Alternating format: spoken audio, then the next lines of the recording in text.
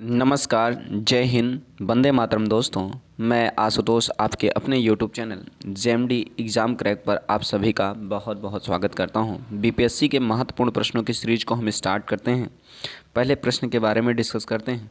कह रहा असम राइफल्स एवी का मुख्यालय कहाँ स्थित है?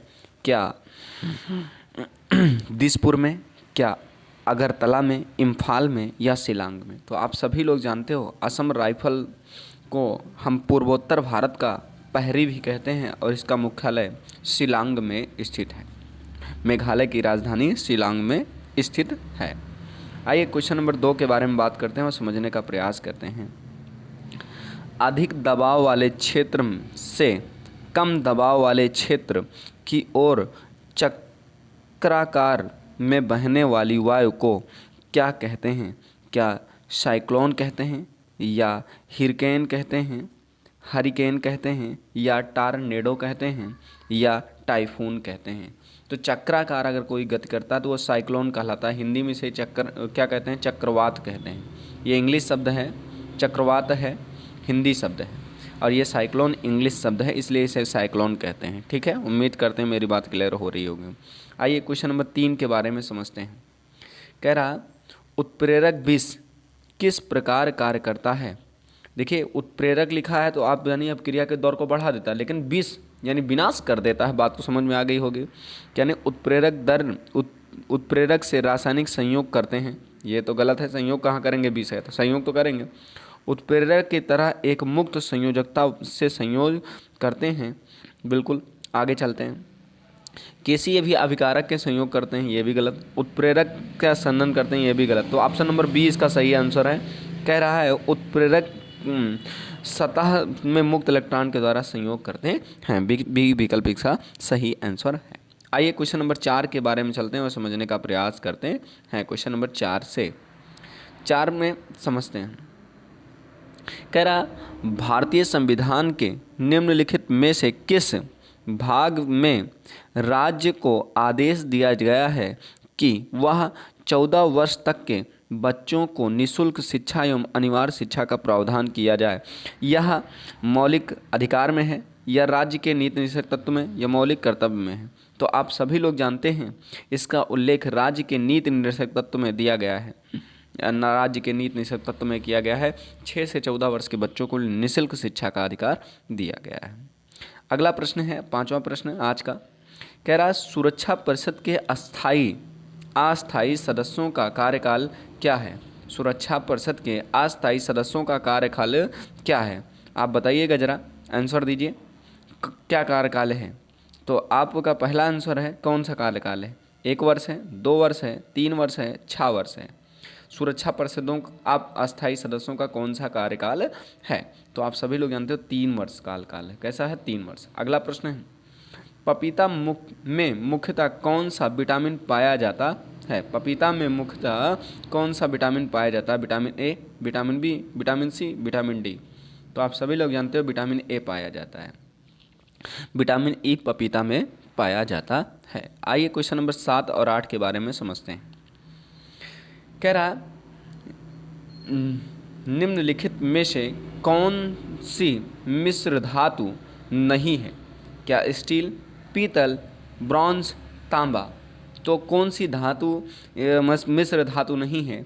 तो केवल एक धातु है तांबा जो मिश्र धातु नहीं है, बाकी के सारे मिश्र धातु हैं। अगला प्रश्न है विटामिन क्या होते हैं? कार्बनिक यौगिक होते हैं, जीवित जीव होते हैं, अकार्बनिक यौगिक होते हैं, इनमें से कोई नहीं होते हैं। तो जो विटामिन्स क्या होते हैं? तो ये कार्बनिक यौगिक होते हैं। कैसे होते हैं? कार्बनिक यौगिक होते हैं। अगला प्रश्न की बात करें, प्रश्न नंबर 9 और 10 की बात करते हैं। पहले 9 के बारे में। थायरॉक्सिन क्या है?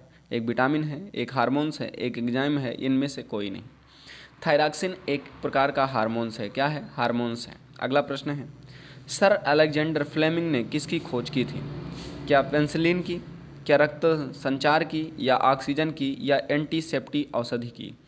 तो सर अलेक्जेंडर फ्लेमिंग ने पेनिसिलिन की खोज की थी। उम्मीद करते हैं मेरी बात अच्छे से क्लियर हो रही होगी। आइए क्वेश्चन नंबर 11 के बारे में समझते हैं।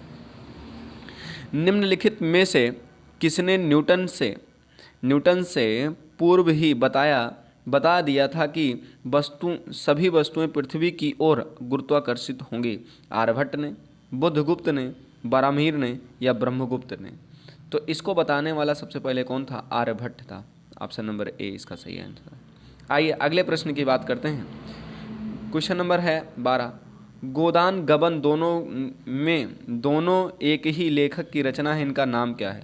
गोदान गबन लिखने वाले का नाम क्या है? अच्छा प्रश्न है, जवाब दीजिए हमें। कौन लिखा था गोदान गबन? लिखने वाले व्यक्ति कौन से थे? तो गोदान और गबन को लिखने वाले जो व्यक्ति थे वो मुंशी प्रेमचंद्र थे। कौन से? मुंशी प्रेमचंद थे। आइए अगले प्रश्न की बात करते हैं, क्वेश्चन नंबर 13 के बारे में, और समझने का प्रयास करते हैं। 13 क्या है? कह रहा भारत में राष्ट्रपति का निर्वाचन किस प्रकार होता है? प्रत्यक्ष मत से, राज्यसभा के सदस्यों से, अप्रत्यक्ष मत से, लोकसभा के सदस्यों से। तो देखिए जो राष्ट्रपति का चुनाव होता है वो कैसा होता है? तो वो अप्रत्यक्ष मत से होता है। ठीक है, आइए अगले प्रश्न की बात करते हैं। क्वेश्चन नंबर 14 और 15 के बारे में जानने का प्रयास करते हैं। कह रहा है मध्य प्रदेश में स्थित नेपान नगर निम्नलिखित में से किस उद्योग के लिए महत्वपूर्ण है? तो क्या रेशम, सीमेंट, अखबारी कागज या लोहा और इस्पात के लिए?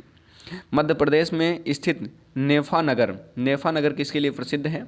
तो आप सभी लोग जानते हो ये अखबारी कागज के लिए प्रसिद्ध है। किसके? अखबारी कागज के लिए प्रसिद्ध है। अगला प्रश्न है 15। डिगो माराडोना का नाम किस खेल से जुड़ा है?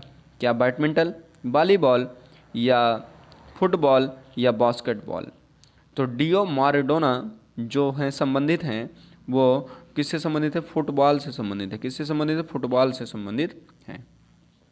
आइए क्वेश्चन नंबर 16 की बात करते हैं और समझने का प्रयास करना है। ग्रैंड स्लैम किस खेल से जुड़ा है? ग्रैंड स्लैम किस खेल से जुड़ा है? पोलो से, बास्केटबॉल से, टेनिस से या टेबल टेनिस से? तो आप सभी लोग जानते हैं किससे जुड़ा है? तो ये टेनिस से जुड़ा है। और आज का ये अंतिम प्रश्न आपको लिए है। आप हमें कमेंट करके बताइए आपको मेरे द्वारा यह पढ़ाई गई प्रश्नों की श्रृंखला कैसी लगी, कमेंट में ज़रूर बताइएगा। मजहब नहीं